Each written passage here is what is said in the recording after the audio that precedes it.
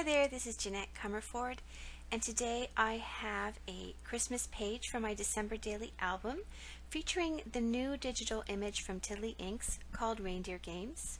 First I'll speed up the coloration and put some music on, and then I'll catch you after that to take you through the rest of the steps to complete this page.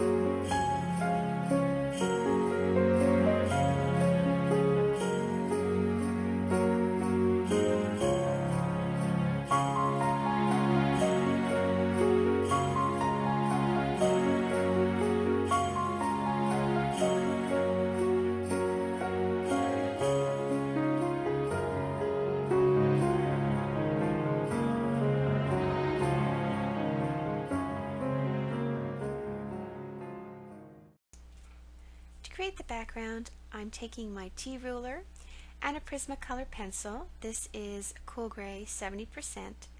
And I drew the line with the pencil, and now I'm going back in with the same pencil and just adding some areas of shadow on the ground. So underneath her boots, and underneath her hooves there, and that's going to add a little bit more of dimension and a realistic look. To blend it out, I am using some Gamsol and a paper stub, and Gamsol is just odorless mineral spirits, and you can pick that up at your craft store. It comes under different names in different stores, and you can see how nicely that sort of blends out the pencil crayon. Now when I printed out my digital image, I printed it out on some printer paper, then I covered that over with some masking paper and printed it again. So now I have a mask. So I fussy cut it out, and here I just wanted to share what I do with the sort of little pieces that are inside the image. I use this little craft knife to get a really nice exact line. So that's what I was showing you there. And then when I'm done, I'm just going to peel the masking paper off and place it over on top of my image. So I'm going to be sponging now using Distress ink. This is tumbled glass. It's the lightest color I'll be using, and I'm putting that right around the image. So in the end you'll have a nice glow around the image. So I work on my craft mat or something nice and smooth. Sort of helps along the process. And once I have enough tumbled glass and I like sort of the depth of color I have, I will move on to my next colors. So you can work on this as long and as much as you want. So now I'm moving on to, I think this is Chip Sapphire. I'll have the names of everything linked at the bottom of this video. So I'm putting that along the edges and working my way in towards that tumbled glass. Now, right now, it doesn't look great, but bear with me. The more you work at it, the nicer all the ink will blend out. The trick is to work gradually and put sort of light layers of color on.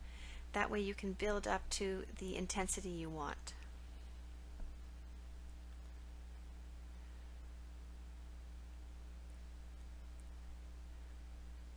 So now you can see the color along the edges. The depth is getting a little bit darker.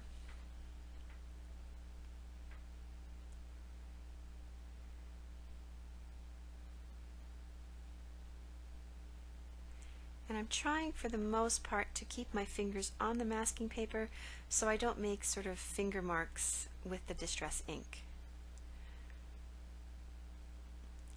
Now just to make it a little darker around the edges, I'm using a little bit of black soot, not a whole lot, but again it gives you that feeling of depth and dimension.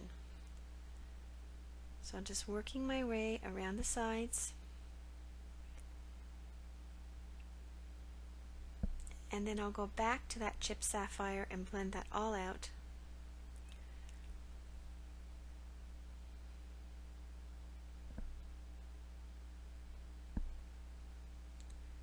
And then back to my tumbled glass so that I can get a nice gradual effect. So I'm just blending between the tumbled glass and the Chip Sapphire. And now I'll put a little bit of that on the ground. And this is a snowflake stencil, and I am going to tape it down with some masking paper. I was looking for my green masking tape and I couldn't find it. Usually what I do is I mask all the way around the edges, and I am putting on some embossing paste, and you don't really need a whole lot. I've had this little tub of embossing paste for over a year now, and you put a little bit on and sort of scrape at it, and I did get a little bit around the edges. Like I say, usually I tape all along the sides, but I was able to scrape it off, no problem. And then I put the stencil back on and added a little bit more of embossing paste, and the rest just goes back into my little tub. Now I am carefully removing the masking paper and just using a little blender brush and some ink to fill in any areas that were missing ink. And that is my page done. Just have to add a little bit of glitter with my Wink of Stella, and I have a nice page for my December daily album.